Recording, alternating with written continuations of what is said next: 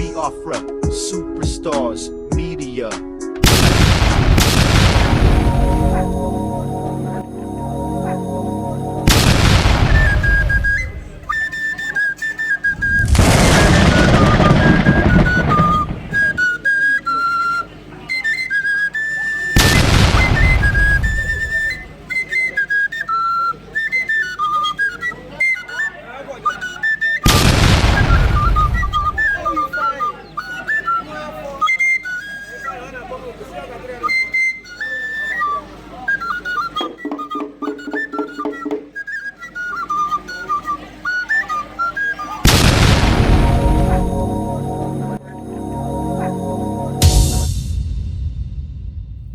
Fellow Biafrans, my name is Biafra Superstars Media. Today, I wish to call upon all the prayer warriors assembled by our Prime Minister of the Biafra Republic Government in Exile. It is time for us to pray. We must pray in the morning, pray in the noon, and pray in the night, that Gowon must not die. The prayer of Gowon staying alive to see the glory of God, to see the glory of the children of Biafra, to see the glory of the children of the rising sun rise again on the 2nd of December. He must be alive to see it before his eyes.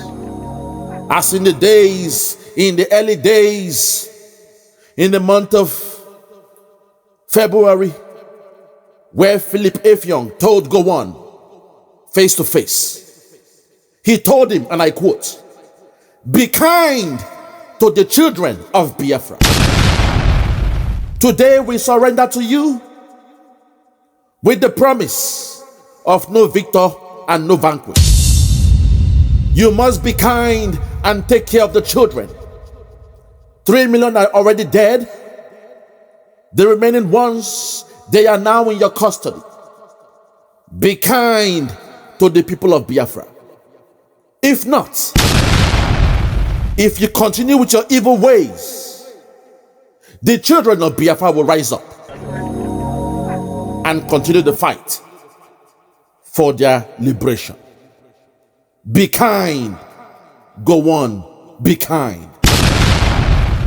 Those were the words of Philip Effiong, which Yakubu Gowon pretended as if he has took yield to those brave words of a man who chose to end the war in Biafra. But Gowon went against all agreements, all principles, all the engagement that led to the ending of that war. So today, the children of Biafra has risen. We are up again, arms in the air, and we are saying freedom of Biafra is coming. So from the 2nd of December, before we redeclare Biafra, I am saying that we must pray that Gowon must not die.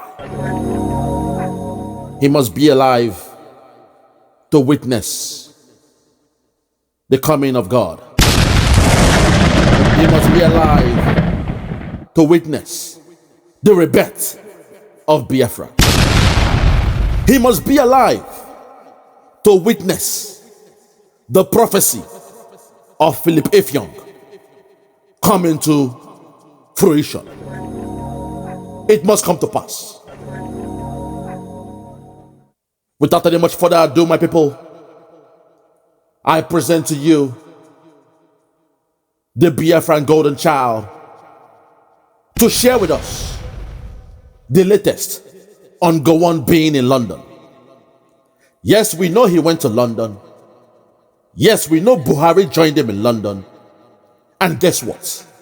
We know that the zoo president, Tinubu, is also fellowshipping with them in London. Without any much further ado, I present to you a child of our time, a child who was there during the Biafran War, a child who had kwashoko, a child who saw her mother kick the bucket, a child who saw his sister gang raped by the Nigerian military, that today Rufai said he loves. A child who was there at the time when the Red Cross gives them food to eat. The same Nigerian military will take the soup off them, drink the soup in their presence, and give them an empty plate with Gary to take into the bushes.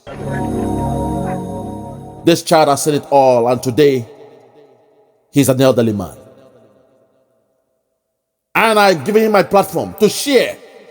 The more he speaks to us, the more he eases the pains, the trauma that he went through during the Biafran War. Without any much further ado, ladies and gentlemen, I present to you the Biafran golden child, the real Biafran golden child. Thank you. Good morning, good afternoon, good evening, depending on where you're hearing my voice from. This is the Biafra Golden Child, and I'm super glad to, have the opportunity this morning to share this brief information with you through the Superstar Biafra Media, Biafra Superstar Media. Good morning all, and how are you today? Well, there's this incidents, let me use the word incidents, quote and unquote, that have just gone viral.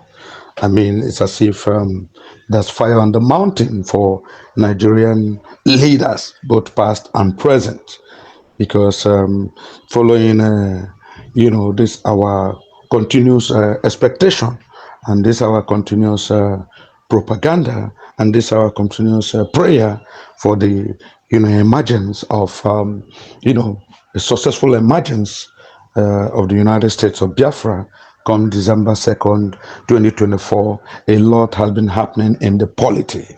A lot has been happening in the dungeon called Nigeria. It's as if hell has been let loose. Yes, hell has been let loose, because all of a sudden, principal characters in what happened, to the Igbo man and in Nigeria, and what engendered the Biafran situation has begun to feel jittery. They are jittery. The permutation within the polity is very frightening, because they know that the time of Biafra is here. The time of Biafra has come. We have gotten into the ember months, and we aren't taking things lying low. Most of them have experienced how even from, so far a place as, Finland, our able prime minister has continued to eulogize, has continued to, propagate, has continued to ensure that the message of Biafra is heard, in every land and clime, no matter the, hidden recesses of every region in Nigeria. So, generally, there's a lot of, permutation, there's a lot of jittery, there's a lot of shaking, there's a lot of fear and pandemonium amongst principal characters, in Nigeria's government, either present or past, that, have seen, read the handwriting on the wall, that Biafra will be a reality, that the state of United States of Biafra as a country would manifest unfailingly 2nd December 2024. Okay, why am I saying all this, and what's the reason for these proclamations this morning? Yes, the truth about it is, I want to bring to your notices, all of you, that the former head of state of Nigeria, General Yakubu Gowon, who has equally doubled as a pastor in recent times, as a prayer warrior in recent times, who has become at one point an apologist for, the assimilation and he became a sort of PRO for the Igbo region when he started to, talk about the usefulness and how Igbo-ness and Igbo people could bring a lot of changes in the economic situation of Nigeria, in the socio-political situation of Nigeria, and that, in fact, in recent times, he once said this: the former incidents in Biafra, he regretted them, and he hoped such things would never happen again. Yeah, but why is General Gowon in the news? Ladies and gentlemen, I'll give you breaking news. General Gowon, has literally fled Nigeria. General Gowon has literally fled Nigeria for the United Kingdom. He has seen it. He knew it. Yes, I told you he doubles as a prayer warrior. And the prophecies have engulfed him and transported him from Nigeria than to United Kingdom, because of course he would not want to be in Nigeria when the United States of Biafra will be fully promulgated, will be fully documented as a sovereign nation. He has eloped, or going away without leave, going away without leave. How did they say it in the military parlance? Awol. He has awoled down to London. And I told you, a lot of people are jittery. Consciences have begun to wipe them.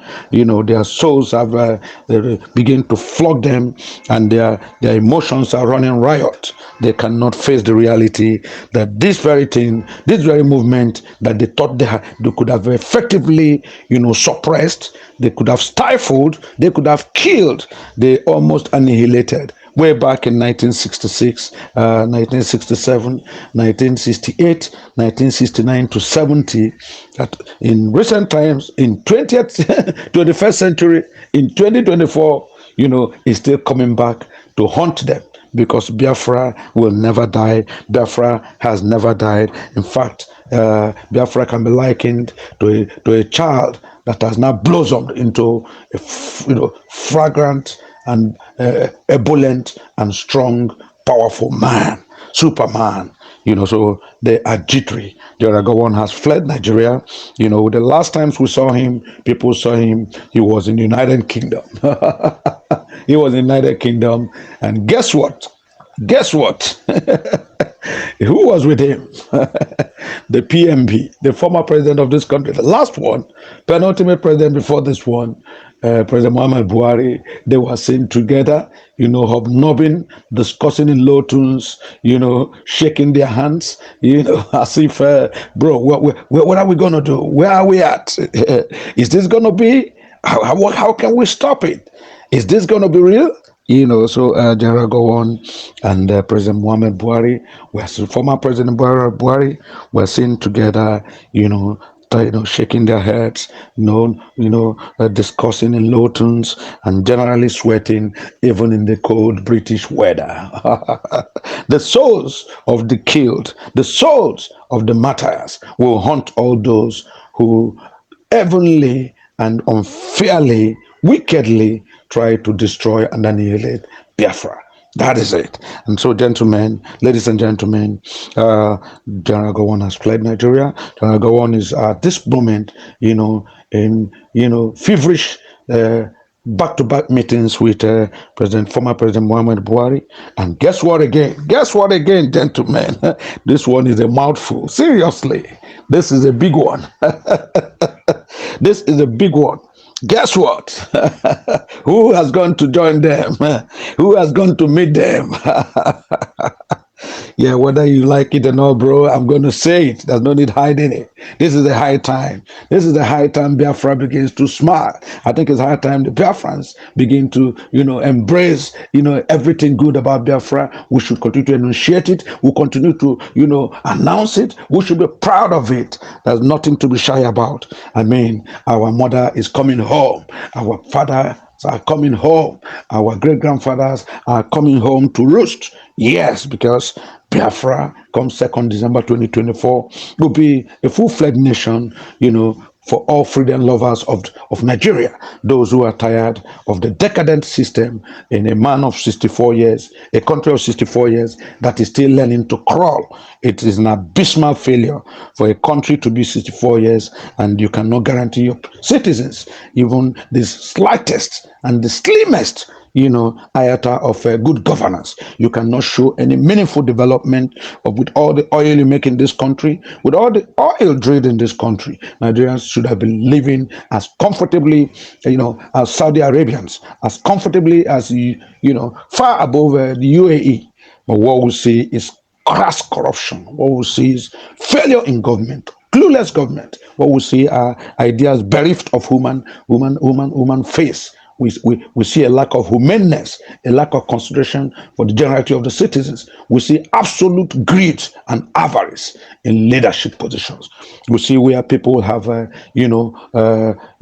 decided to come into political positions only, to aggrandize wealth for their future generations unborn. That is a very sad one. We see corruption at the highest level. We see human depravity, poverty and ruin in a country that has been an oil-producing nation, back to back for over 50 years. It's a terrible thing. So, but let me get back to my discourse. Yes, the big revelation, gentlemen, ladies and gentlemen, the biggest revelation is the man who says, "It is my turn." The man who calls himself the Jagaban. The man who has become an emperor of salt. An emperor of salt. The man who said, "It is my turn." Emilio Khan.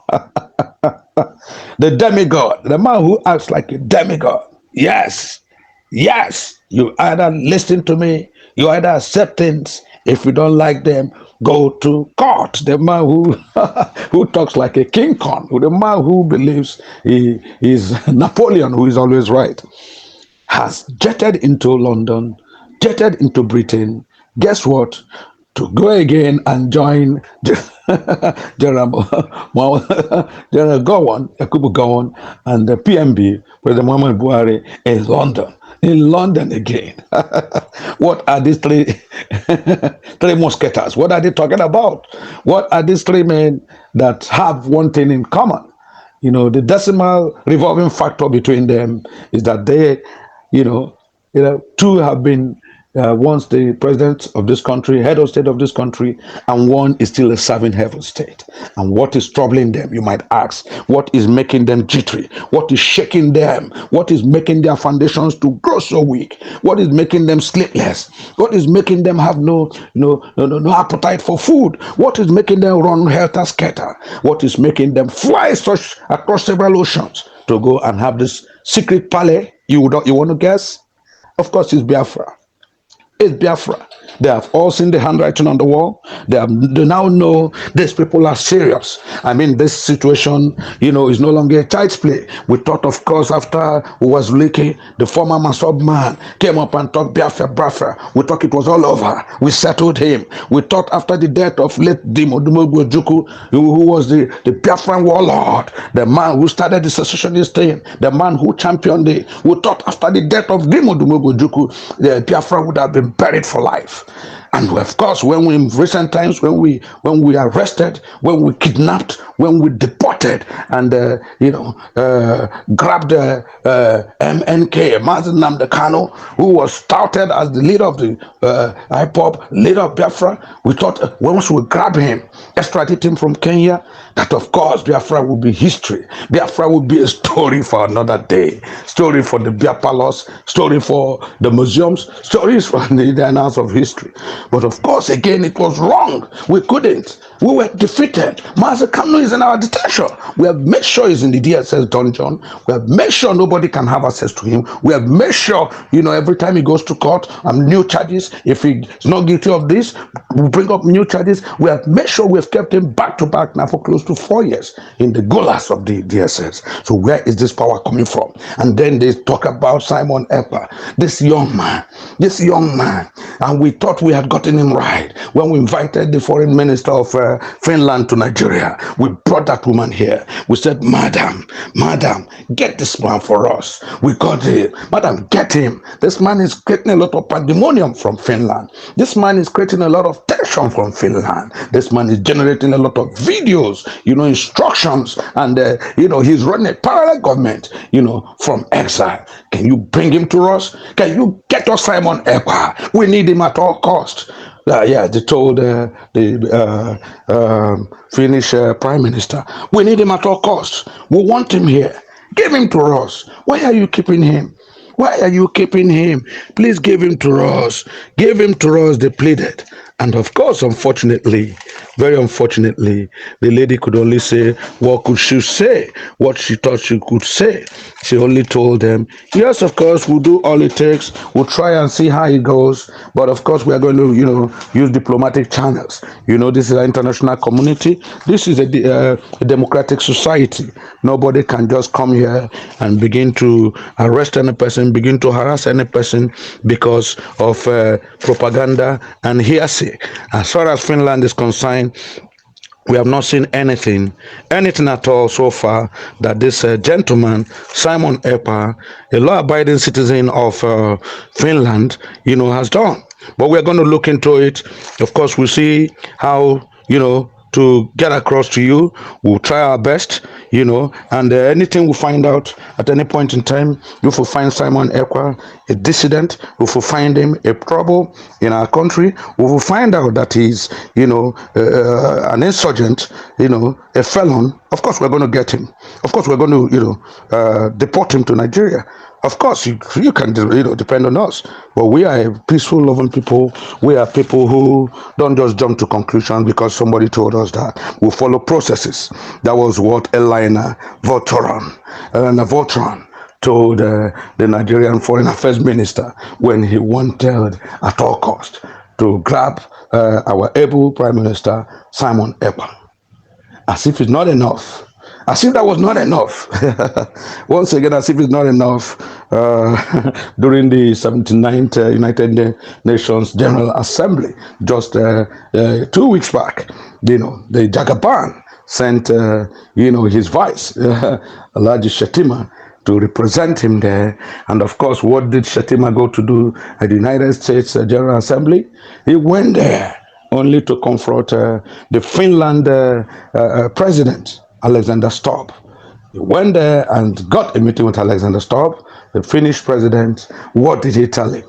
All he spent his time to talk about was Simon Ekpa. He has fomented trouble in Nigeria. His negative activities are ever increasing. He has consistently and persistently made Nigeria ungovernable. He has made the Southeast lose valuable money because he asked people to stay at home on economic days.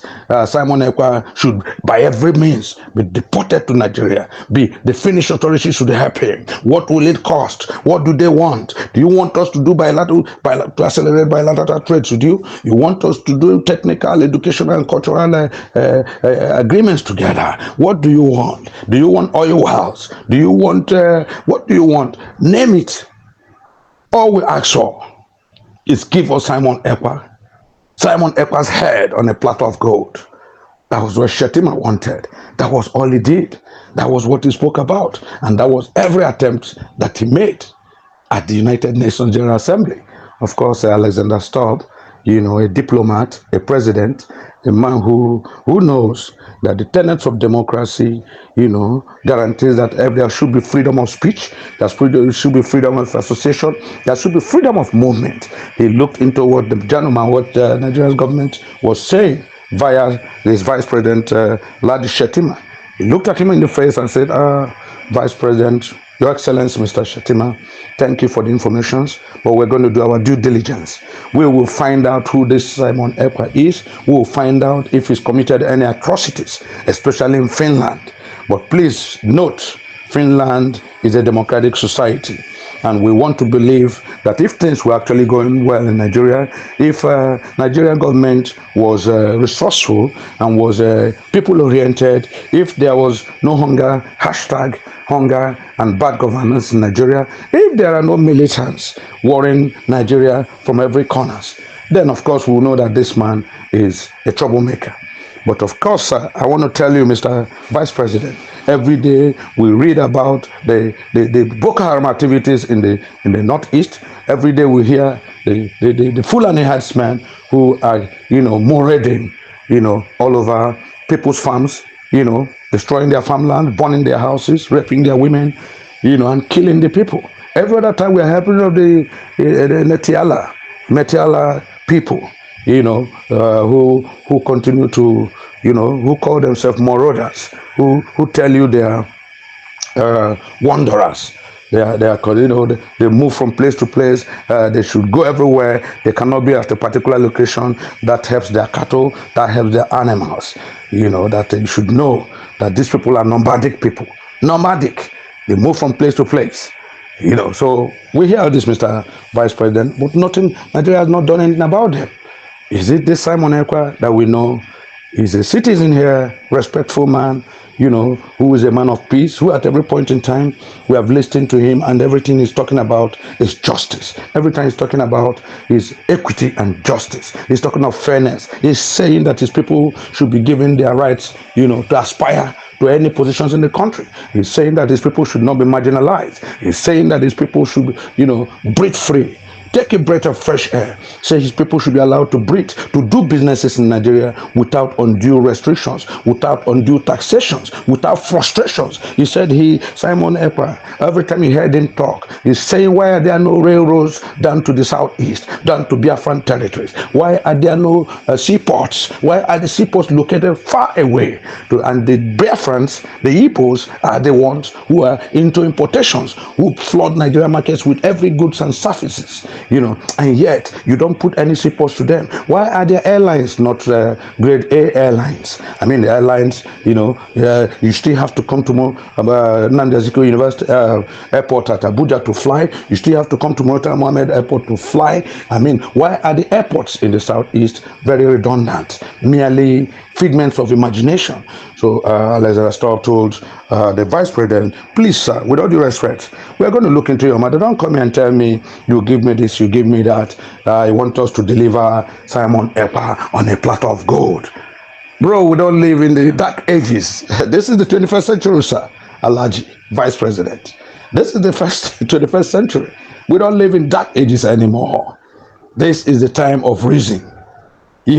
And so the Vice President was so confused and so unhappy about his encounter with Alexander Stubbs, the Finland president, that his next move, the same man who said Biafra, was an insurgent organization, was perpetrating trouble, was secessionist oriented, should not exist. This same man moved a few minutes later, to address the United Nations General Assembly.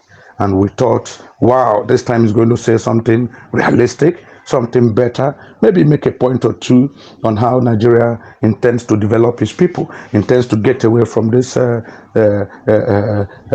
governance and hardship and frustrated epileptic economy. They thought he was going to talk about how to ginger the dollar and naira disparity, to make sure the naira stands on its feet. Of course, the whole world thought he was going to tell them the kind of factories, the kind of industries that Nigeria was hoping, to develop and to establish, to help make its citizens employable, employed, and happy. Of course, they thought he was going to tell them something about agricultural innovations that would make food supply easy, continuous and convenient, and step down the high cost of inflation and cost of foods. I mean, this was what the world wanted to hear. But alas, Alhaji Shetima, the Vice President, stood up and all he could talk about was I think the Palestinians have suffered enough. I think they have agitated for too long. I think, well, it is about time the world take them more seriously. If they cannot coexist, within the Gaza area, the Middle East, then let them get their independence. Grant it to them. I mean, these people have suffered enough. They've been marginalized enough. They've been subjugated enough. I mean, they have the right to aspire. They have a right to demand for their own country. Give it to them. Give it to them. Let peace reign there. That's the only panacea for peace. The man was speaking, and the whole world listening. And a lot of those who are listening pinch themselves and say, look at this man. This is the same people who are suppressing the Biafrans. Biafrans that started the agitation way back 1967, to 1970. The Biafrans that have so much, wickedness, so much dishonor, disgrace, so much threat and counter threats. Biafrans that have suffered so much, lost populations to death because of the activities of Nigeria during the Civil War. Biafrans who, Nigeria have almost strangulated to death. Biafrans that were almost annihilated. I mean, these are people, that Nigeria forced a civil war on, very avoidable civil war, tried to eliminate the Holy Post in the name of, wickedness and deliberate policy of, hatred for the Igbo man. And so the world was shocked. How can this man, who in one breath was talking about grabbing and arresting and deporting the man who called himself, the Prime Minister of Biafra, Simon Ekpa, calling him a dissident, calling him a felon, calling him a secessionist, attributing every developmental fault, every developmental hardship in Nigeria to a gentleman who lives in Finland, and in another breath is calling for the independence of Palestine and Palestinians. That they found it very ironic, and to them the man wasn't making a lot of sense. They just knew he was an unserious person. I mean, you should remove the speck in your eyes before, so that you can, you remove the log in your eyes, so that you can see the speck in somebody's own. You don't tell somebody, he's not doing well when you yourself have never done well. And they told him, when you're pointing one hand at somebody, four is pointing back at you. Mr. Vice President, did we hear you well? Are you calling for the emancipation of Palestine? Are you saying the Palestinians have suffered too much and they deserve their freedom? Can you hear yourself, sir? Did we hear you correctly? Then what about Biafra? What about Biafra? What about the United States of Biafra that have been campaigning, that have been pursuing their independence, to form a sovereign nationality, since 66, 67, 68, 1970, until date? Come on, sir. Did we hear you well? Please practice what you preach, sir. They told him, to Shetima, tell your principal, if this message was sent to you via your principal, the president, tell him, please, he should practice what he preaches. And the vice president was shocked. I mean, people looked at him with a lot of people were bemused and amazed as the double speak and his anomalous presentation that, of course, meant nothing but lip service to the the United Nations General Assembly. Yeah. But on a more serious note, ladies and gentlemen, I think it's, yes, we have seen that Gowon has eloped, down to Britain because he doesn't want to be here and see the Biafra. He did everything, including almost killing Olibos, he doesn't want to hear that Biafra has succeeded finally to be, a sovereign nation. No, he doesn't want it. And so even the President Muhammad Buhari is there with him. They are tinkering and thinking, what should we do? This is our chance. How do we do it? The days are running out. They have mentioned 2nd December 2024. The time is now. We should act fast. And of course, they have invited the Jagaban. I mean, this is a man whose country is born in. Yeah, he celebrated the 64th anniversary of his country that was lackluster, that nobody, there was no school much past in schools, there was no celebration anywhere. It was just within his enclave. And the shame, because at the same time, the youths in the country were bringing, doing a protest, the protest that has been called hashtag fearless in October's protest. The youths have said, no, if you don't change, if you don't make your government have a human face, then of course we have no need, we have no interest in you. Move on and let us move on. We are not going to stop this protest. It's going to go on. And if we find that you're not improving, if we find that you're not listening to us, we'll make this country ungovernable. The same man whose country is burning, the same man whose administration has been touted as one of the worst in the history of this country. I mean, these are people who said, it is my turn. This is a man who said, Emilio Con. This is a man who said, I'll hit the ground running. But where has he taken us to? 2 steps forward, 10 steps backwards. It's such a shame. So anyway, these 3 gentlemen, General Yakubu Gowon, PMB, and the Jagaban, they are busy scratching their head in London, thinking what to do, having sleepless nights, generally thinking of the next plan, the ultimate plan, to frustrate, to prevent, and if possible, to destroy the hope of Biafra, so that come 2nd December 2024, it will not be possible to, announce Biafra or transform Biafra to a sovereign nation. But hey, they have a shocker for them. Hey, did you hear me? They have a shocker waiting for them. Because the truth of the matter is that Biafra is a way of life. Biafra is a culture of our people. Biafra are people with a memory. Yes, every Biafran has a memory. The memory is that we realize that our people were slaughtered, were killed mercilessly. We realize that our people were punished for no fault of theirs, all because we are asking for freedom, all because we are asking for peace and equity, all because we said, no, you cannot continue to marginalize us, all because, of course, when this issue started, when this problem started, this avoidable carnage, this avoidable almost annihilation of the Igbos, it could have been avoided. Why? Because if General Yakubu Gowon had maintained and agreed with the Aburi Accord, the agreement that was openly in Ghana, openly discussed, openly agreed under the leadership of the Ghanaian president then, where Nigeria said, blah, blah, and Biafra said, yeah, it's what we want. Do this for us. Recognize our people as a people who have a right to life and property. Recognize our people as peaceful, loving people who deserves, to work and do their business in Nigeria without fear of favor. Recognize our people as people who have been hurt unjustly because of antecedents and follow-ups after the 1966 coup. Recognize our people as people who have been wrongly accused as those who engendered the coup of 1966. Recognize our people as people who have no ambition to dominate Nigeria, but instead to do a dollar's job for a dollar's pay.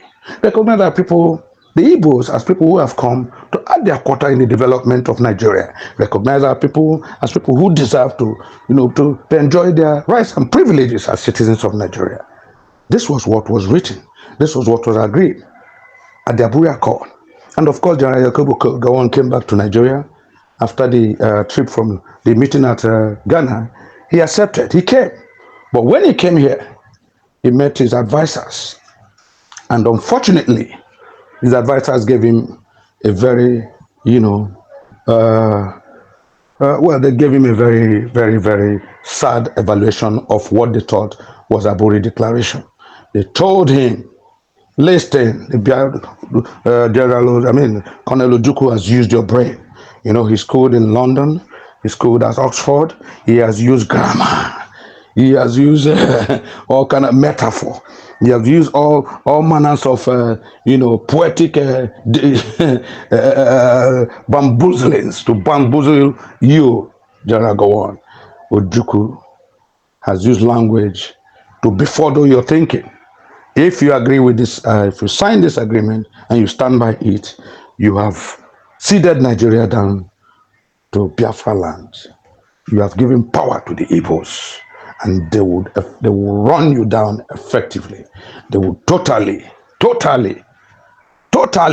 overrun Nigeria.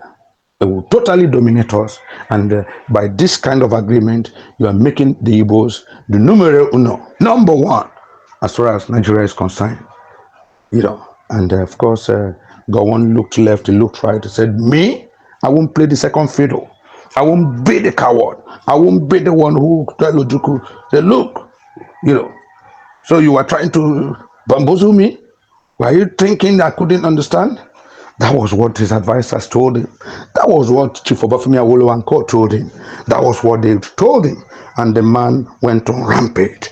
Gowon now looked at himself. He remembered the story in the Bible. The story in the Bible about what happened to the son of Solomon after his father died. How the Israelites gathered. They gathered and they came to meet him and they told him, they are king. They are king. We are sorry that King Solomon, your father, has died. We are sorry he's been buried, and there's a lot of happiness amongst you. His direct descendants. Accept our condolences. But please, sir, we are happy that you now become the new king, but we beg you, sir, lessen our burden. Your father taxed us so much. Your father made us work so much and so hard, and he gave us long hours to do the job. Please, can you reduce distance for us? Your father made us pay homage. Your father made us pay taxations. Can you reduce distance for us? And General Gowon remembered what the son of Solomon did. You know what General Gowon did? He remembered how the son of Solomon said, okay, I've heard you, come back in 3 days' time. Come back in 3 days. And in 3 days' time, before 3 days' time, he went and met his father's advisors, and they told him, no. Your father was really harsh on these people. No. He overtaxed them. No. He made things difficult. The work hours were too long. There was no resting period. He taxed them so much, and the taxes and the consequences of not paying the taxes were so much. Reduce it for them. Reduce this for them. And he said, okay, I heard you. And few hours to the third day that he had promised the Israelites to come, this same gentleman, went and met his, his friends, his youthful friends, his allies, and his cohorts. He said, look, see what these people came to tell me. They said I should lessen their burdens and all that. And they said I should, the taxation was too much. My father was harsh on them. I should bring it down.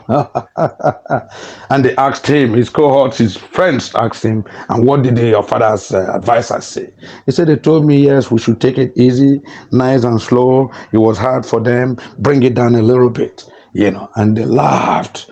They laughed like the way Chief Obafemi Awolowo and Co laughed at General Yakubu Gowon when he showed them his copy of the Aburi Accord. They looked at it and laughed. They told the son of Solomon, listen, these people think you are a fool. Listen, these people want to bamboozle you. Listen, these people have come so that your kingship will be described as inferior. Listen, if you don't stand up now and look them in the face and tell them, hey guys, there ain't no stopping me.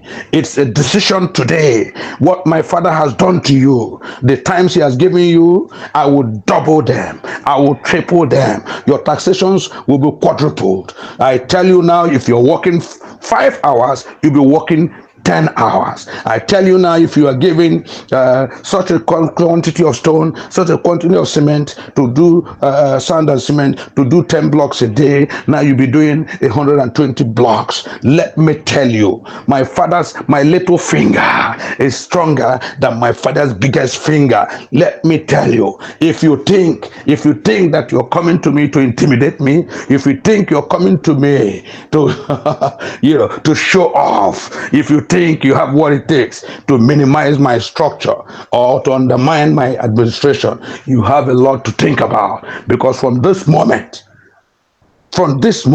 I want you to know, all of you depend on me. All of you must be loyal to me. You don't have any fundamental human rights again. You must work for me till the end. Walk and walk and walk. That is how it will be. Of course, that was what they told King Solomon's son, and that was the same thing, that the advisors led by Chief Officer Wolo told Gowon. And so he said, no, I'm not going to the Apuri Accord.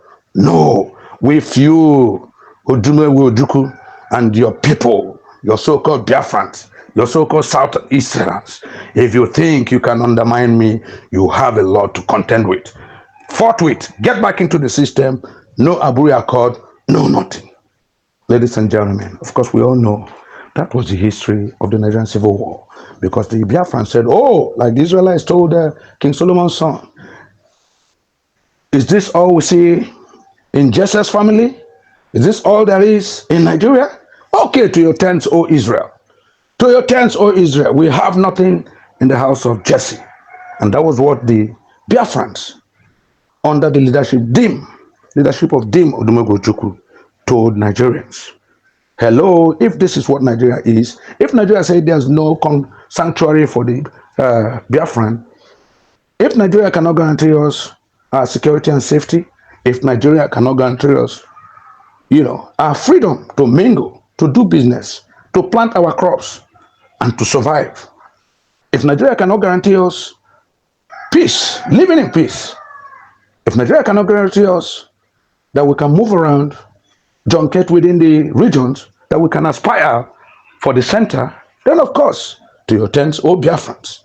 That is the Nigerian Civil War. That was the beginning of Biafra. That was the origin of Biafra. And that is where we are today, after several years. Yes, Biafra capitulated. Yes, General Gowon said, no victor, no vanquished. Yes, he said, he enunciated the 3 R's: rehabilitation, reconstruction. Yes, he said it was going to be like that. No more, no victor, no vanquished. But of course, we know the truth.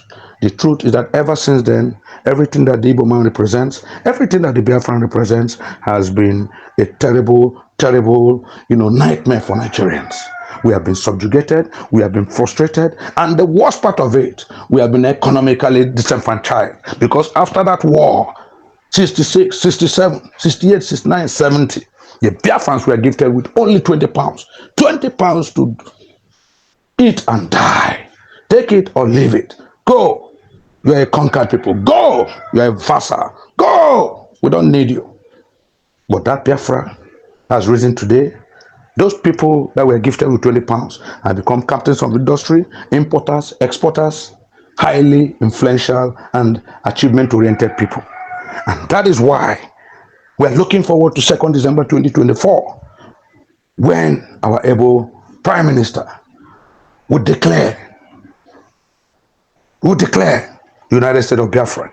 And I guarantee everybody, no meeting, no matter how many heads, no meeting that General Gowon will have, no meeting that former President Buhari will have, no meeting that the Jagaban, the Emilokon will have, General Gowon will stop us. In Jesus' mighty name I pray. Gentlemen, be aware. Read your news, watch the stories, and see what these men are up to.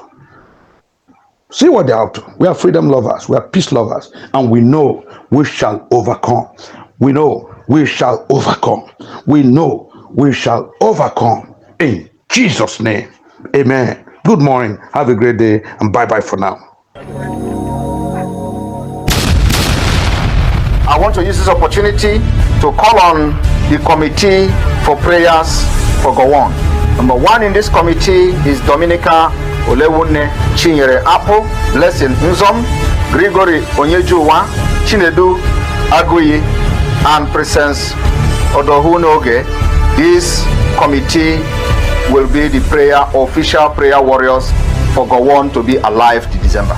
Your prayer point is to pray day and night for Gowon to be alive till December. He will be alive and witness something in December of 2024. There is no other prayer point. Mazi Nnamdi Kanu is going to come out in a historic manner. We have promised Biafra that. The prayers that were prayed so far is working. And for the fact that Mazi Nnamdi Kanu has not given up, believe me, I know what he is made of. Our most important prayer today is for Gowon to be alive till December. Let him not die. It is very, very important, so that the prophecy of our eternal leader will come to pass. You will be alive to see Biafra. Yeah, Biafra, Biafra. Yeah, Superstar Media. Tell me about Biafra. We going back to the motherland. Tell me about Biafra. I wanna know. Tell me about Biafra. We going back to the motherland. Tell me about Biafra, Biafra. I wanna know. We going back to the land. We going back to the motherland. Biafra, Biafra. Tell me about Biafra. We going back to the land. Tell me about Biafra. We going back to the motherland. Tell me about Biafra, Biafra. Tell me about Biafra. We going back to the land.